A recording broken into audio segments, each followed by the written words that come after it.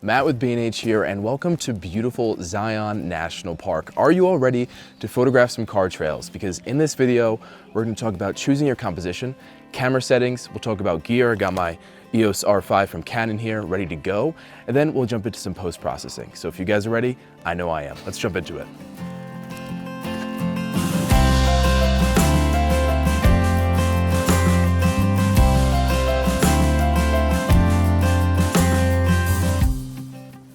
We just made it to the top and the view is looking promising. You can't go wrong in Utah, especially southern Utah.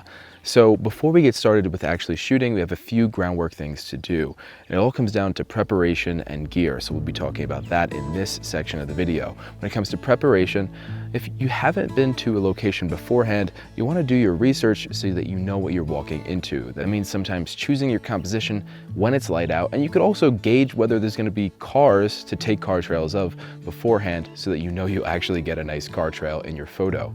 And having multiple cars can make it even more interesting. And you don't need to be in Zion in order to take good car trail photos. You could pretty much be anywhere in your local town, wherever you have to practice in order to get that before you actually head out to a really awesome location. Where's your favorite place to take car trail photos? Let us know in the comments below. When picking a location, also consider how windy the road is, because those windy roads always make for some of the best car trail photos. Along with preparation comes gear, because you need the right gear in order to capture car trails and get those great end results. For this video, I'm going to be shooting with the Canon EOS R5, 45 megapixels of beautiful goodness, perfect for car trails, landscape photography, and all types of photography. So I'm stoked to be using it for this photo. And in addition to that, I have some Canon lenses that I may be varying my shots with. Right now I'm using the 15 to 35 RF lens. I also have a 100 to 500 RF lens and the 28 to 70 f2. So really stoked to be using that, perfect for low light photography as well. Just to vary my shots a little bit and maybe crop in and zoom into the whole entire scene and get the car trails a little bit closer, save on the megapixels. So we'll talk about that a little bit more as we get into the composition and we actually start shooting. In addition to that, I have an Oben 3565 tripod. I can't stress enough how important it is to have a nice sturdy tripod for car trails, because any kind of camera shake will add unwanted blur in that final result. And since we're going to be shooting long exposures, we just can't have that for car trails. It's really important to have a sturdy tripod, like I was saying, and maybe even a carbon fiber tripod. So if you're doing a major hike like this one, you can save on the weight on the way up, which anyone can appreciate. Last but not least, you don't necessarily need an intervalometer or shutter release, but they're really great to have, especially if you want to do long exposures greater than 30 seconds. And you can really control the length of that exposure by just putting into bulb mode and releasing the shutter on your own command, which is great for tracking when a car goes through the entire scene. Well, I think we're ready to go pick our composition, so let's go ahead and do that. You can see the road off in the distance behind me, and I'm framing it using the rule of thirds. I'm going to try a center frame, and I'm also going to try in the right lower thirds. Now, the sun is just about to set. We're getting ready for blue hour. So we're going to enjoy the sunset a bit here and wait for blue hour. The reason why blue hour is so important for car trails is because it allows you to even out the exposure between the entire sky, your entire scene, and the actual car trails happening within the scene. And once it gets dark enough, all the headlights and the rear tail lights start to go on and you get those car trails. So we're gonna get set up here. Let's get going. All right, the sun has set. I got my composition pretty much locked in. I'm gonna experiment a little bit though as well. And the car trails are out, it's on. So let's talk about some of the settings that I'm using. Because we're doing a long exposure, I'm using a self timer. 2 seconds or longer should do the trick.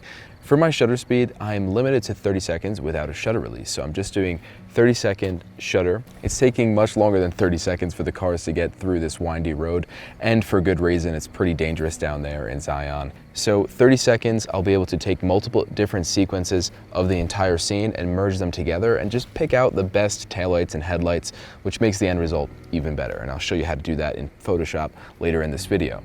For my aperture, I am at 2.8 right now because I have an ND filter on, and I think I'm done experimenting with that. I got some good shots with that. Now I'm going to take the ND filter off, raise it to f8, and I'll be able to go with a low ISO so that I don't introduce any noise into the image. For focusing, I'm going to use manual focus because I want to make sure that I know that what I want in focus is in fact in focus. So I'm going to use the zoom on the R5 to zoom into some of the cars down below. and I'll focus on the headlights and taillights. And you know it's in focus when those lights actually become really small points. So we're already getting some fantastic results. Now the scene around is a little bit dark, the whole entire valley down below, a little bit dark. So I'm also gonna use the HDR function on the R5 to be able to properly expose the entire scene. You can also just use a plate image, which means that you'll just brighten up your entire exposure and blend that into your final image in Photoshop. If your sky's too bright in comparison to your scene and the headlights, you can always take a darker exposure that you can merge into your final result. All right, we got some awesome results as it is. Now it's time to pick out the very best parts of the image in Photoshop and Lightroom, so let's go do that. Now comes the second most fun part. We're gonna jump into Lightroom and Photoshop and see our photos. You know, I can't help myself, so I already took a look at some of them as it is. And my first exposure was to expose for the whole ambient light of the scene before the sun completely set and the car trails were in full effect. As you can see, the car trails were already coming out in this exposure. So then from there, I took another exposure where I was exposing for the sky. And that's to blend basically the ambient light of the whole entire foreground and middle ground, and even some of the background, the sky, and also the car trails. So then I started taking some car trail shots, and I took as many as I can to make sure that there are no gaps in my final image. Some initial edits I already have done was I warmed up the image a little bit, and I'm also bringing the shadows up so when I go to blend it with my ambient shot of the entire scene, I'll have a little bit more of an easy time. So I'm gonna go ahead and sync the settings on all of these car trail shots, which are exposed for the headlights and taillights of the cars.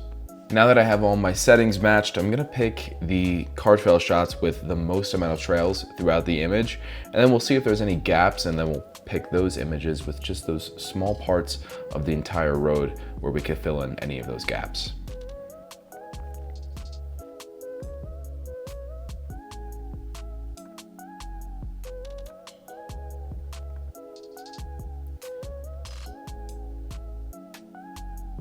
So I right click, edit in Photoshop. You could also just drag these files into Photoshop. It's just an easier way to do it. And now I have all of the car trail exposures. I may have to add more here and there. I might have to check to see if there's any gaps in the final end result. But I have my ambient exposure at the bottom. That's both my sky shot and the whole entire scene. And now I'm gonna also align them by highlighting all of them. Going to edit, auto align layers. I'm just leaving it to auto. Now I did shoot this on a tripod, so all of them are probably lined up as it is, but this will just kind of manipulate it just a little bit more to make sure it's completely accurate. As you can see, I'll have to crop a little bit. And so you could see the variety of car trails we have to work with. So I'm gonna start picking out some car trails. You can do this a couple of ways. You could just erase the areas around your car trails, or you could use a mask. A mask may be slightly better than erasing because you could always manipulate the mask afterwards, add back, take away, whatever you want. So I'm gonna invert the mask so that nothing is selected, and we're gonna go ahead and just highlight some of the areas that we're wanting to actually have show in our final result.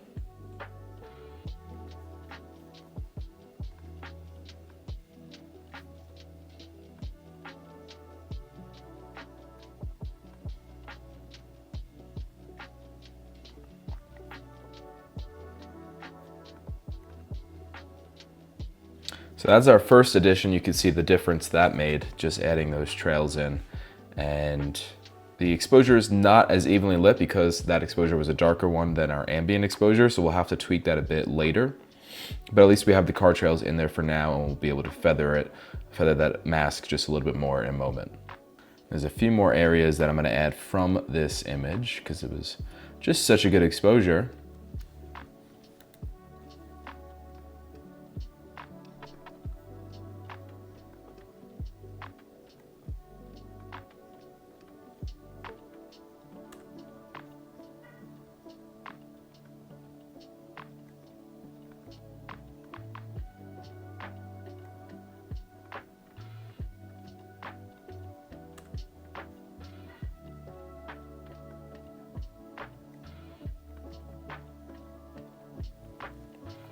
Now I'm gonna move on to my next exposure. This one's even better, it just gets better and better.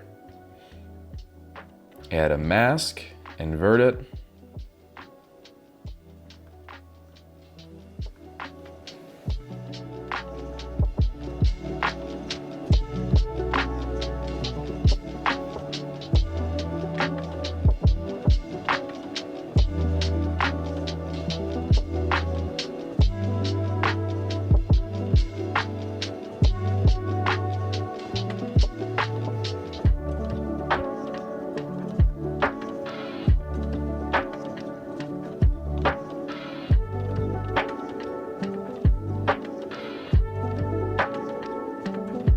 So from there, you may have to clean up your edges a little bit because that exposure is so much darker. So you could do that by either using the erase tool, or you could physically go into the mask and just feather those out a bit.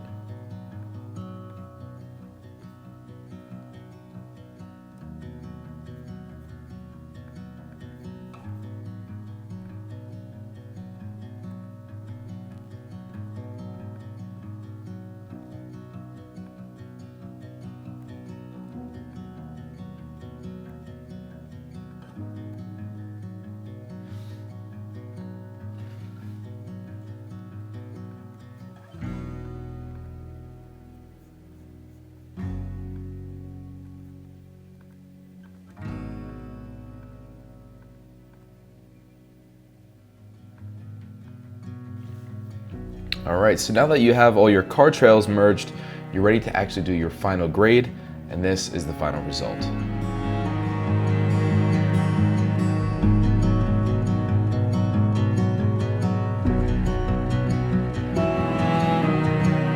Well, I hope you enjoyed taking car trails in Zion National Park with me. It was a ton of fun to capture, but I'm curious to know, again, where your favorite place to capture car trails is. So let us know in the comments below, and if you had any questions on any of the things that we covered in this video, again, let us know in the comments below. Now, the sun is down, the Milky Way is about to come out in just a few moments here, so we're gonna head out to capture some epic Milky Way time lapses and also some photos. So be sure to check that video out as well. Thanks again for watching, and I'll see you guys next time.